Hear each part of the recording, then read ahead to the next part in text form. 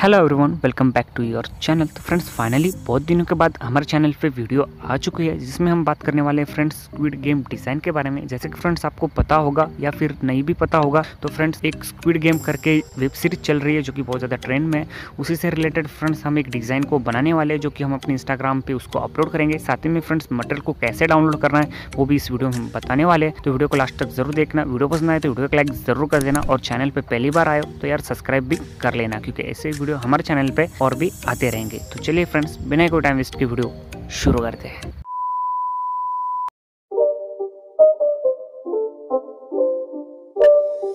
It's not a game, it's a rich thing.